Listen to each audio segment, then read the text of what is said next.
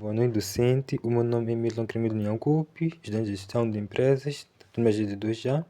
Falarei acerca da dissolução, liquidação, fusão, cessão e transformação de sociedade. Este tema trata das operações que alteram a vida jurídica das sociedades, conforme a contabilização societária em Moçambique. Dissolução é o ato que põe fim à atividade da sociedade, mas sem extinguir a personalidade jurídica ainda. Liquidação vem depois. É o processo de realizar os ativos, pagar as dívidas e apurar o saldo para os sócios. Função é quando duas ou mais sociedades se juntam para formar uma nova. Cisão é o contrário, é o contrário. Uma sociedade divide o seu patrimônio e transfere parte ou totalidade para outros sócios. Transformação é quando a sociedade muda de tipo jurídico, por exemplo, de limitada para anônima, sem se extinguir. Dissolução e liquidação extinguem a sociedade. Função cessão e transformam, mantêm ou reorganizam a sociedade, mudando apenas a estrutura. Aqui definimos o que é dissolução na contabilidade das sociedades.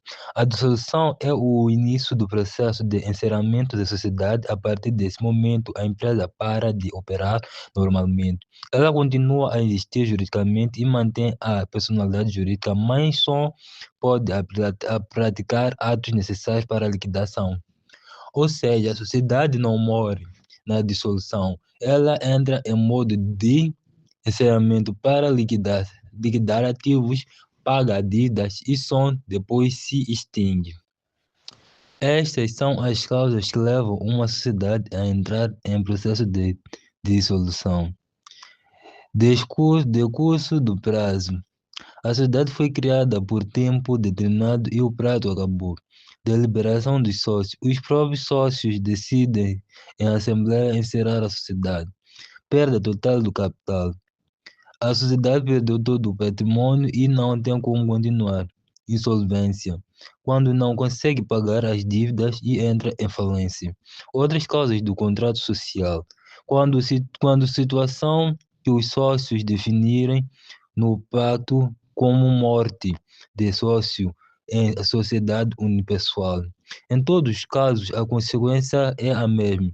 Inicia-se a dissolução e depois a liquidação para encerrar a sociedade. Agora vamos ver o que acontece na contabilidade quando a sociedade é dissolvida. Primeiro, os ativos e passivos não são encerrados na hora, eles continuam no balanço porque vão ser realizados e pagos durante a liquidação.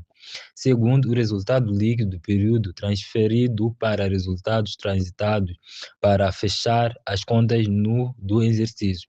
Terceiro, todo o capital próprio é transferido para uma conta específica chamada capital em liquidação, para separar as operações normais das de encerramento. Quarto, o administrador saem e entram os liquidatários, que passam a gerir só o processo de encerramento. Por fim, a empresa passa a usar a expressão em liquidação no nome para evitar avisar terceiros. Resumindo, a contabilidade muda o foco, deixa de ser continuidade e passa a ser realidade e pagamento até zerar o balanço. Este é um exemplo com a Sociedade de Construção Maputo Limitada. No momento da dissolução, antes da dissolução, o capital próprio está composto por capital social de 5.000, reservas legais por 500.000 e resultados transitados de 750.000.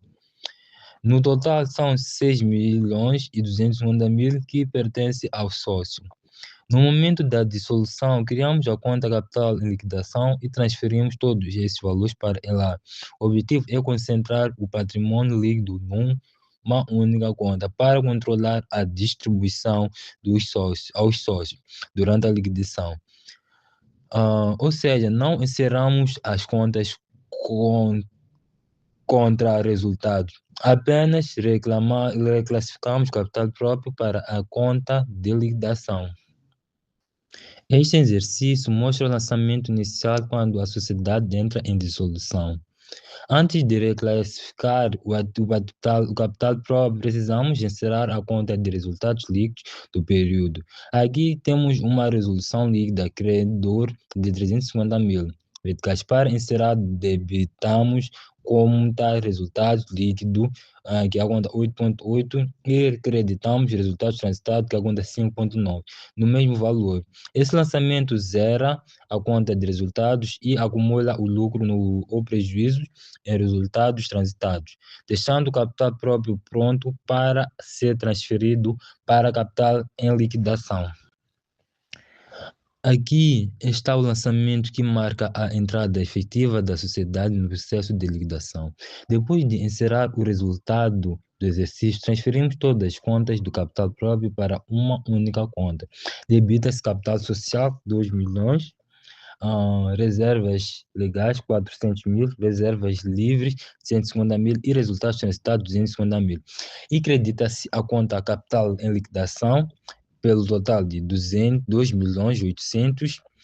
Com isso, o balanço deixa de ter as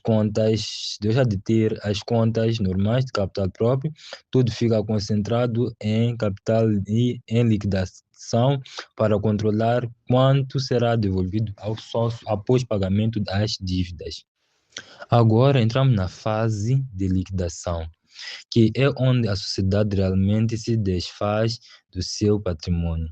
Na liquidação, os liquidatários vendem todos os ativos da sociedade e cobram os créditos a receber. Com o dinheiro obtido, pagam-se todas as dívidas e passivos existentes. Depois disso, apura-se o saldo final, se sobrar patrimônio. Ele é distribuído aos sócios na proporção das suas cotas ou ações. Se faltar, encerra-se com perda. Ou seja, a liquidação transforma tudo em dinheiro, quita as obrigações e encerra as relações com os sócios. Só depois disso a sociedade é extinta. Aqui estão os 4 pontos principais que orientam a contabilização durante a liquidação. Primeiro, os ativos deixam de ser mantidos para uso e passam a ser realizados, ou seja, vendem-se todos os bens e transformam-se em dinheiro. Segundo, nessa venda, reconhecem-se ganhos ou perdas, porque o valor de perda pode ser diferente do valor contabilístico. Terceiro, com o dinheiro obtido, paga-se os credores, seguindo a orientação legal de propriedade. Quarto, depois de pagar tudo, o capital remanescente é distribuído aos sócios para encerrar a sociedade. Em resumo, a contabilização da liquidação na liquidação muda o foco para a realização, reconhecimento de resultados e encerramento das contas. Na liquidação, os princípios da continuidade é substituído pelo princípio da realização. Tudo passa a ser avaliado pelo valor realizável. Este exemplo mostra como se apura e registra o ganho na venda de um ativo durante a liquidação. Temos uma viatura que custou 850 mil e já tinha 320 mil de amortização acumulada. O valor líquido contabilístico é de 530 mil. Na liquidação, ela foi vendida por 600 mil, ou seja, acima do valor líquido. Como o valor de venda é superior ao apuramento, um ganho de 70 mil, esse ganho aumenta o valor disponível para pagar credores e depois distribuir aos sócios. Lançamento que podemos efetuar seria banco 600 mil a debitar amortizações 320 mil e creditar viaturas em 850 mil, creditar ganhos em alienação 70 mil. Aqui estão os lançamentos que se registra a venda de viatura por 600 mil. Debita-se banco em 600 mil para a entrada do dinheiro da venda. Debita-se amortizações acumuladas em 320 mil meticais para abate a depreciação já registrada. Acredita-se a conta de ativos tangíveis em 850 mil para abaixo o custo orientado da viatura. E acredita-se ganhos na alienação em 70 mil, que é a diferença entre o valor de venda e o valor líquido. Com esse lançamento, o ativo sai do balanço e o ganho é reconhecido, aumentando o capital em liquidação. O objetivo é retirar o ativo e reconhecer o resultado da sua realização para que o saldo do capital em liquidação reflita o valor real disponível. Este exemplo mostra a liquidação de um crédito de cliente e a perda adicional reconhecida. A sociedade tinha um crédito de 400 mil com um cliente, mas já tinha reconhecido 150 mil de imparidade. O valor líquido esperado era de 250 mil. No entanto, na liquidação só conseguimos receber 200 mil. Como recebemos menos do que o valor líquido, reconhecemos uma perda adicional de 50 mil. Essa perda reduz o montante disponível do capital em liquidação. Lançamento que poderemos efetuar será débito banco, 200 mil, débito em paridade acumulada, 150 mil, débito perdas em crédito, 50 mil, crédito cliente, 400 mil.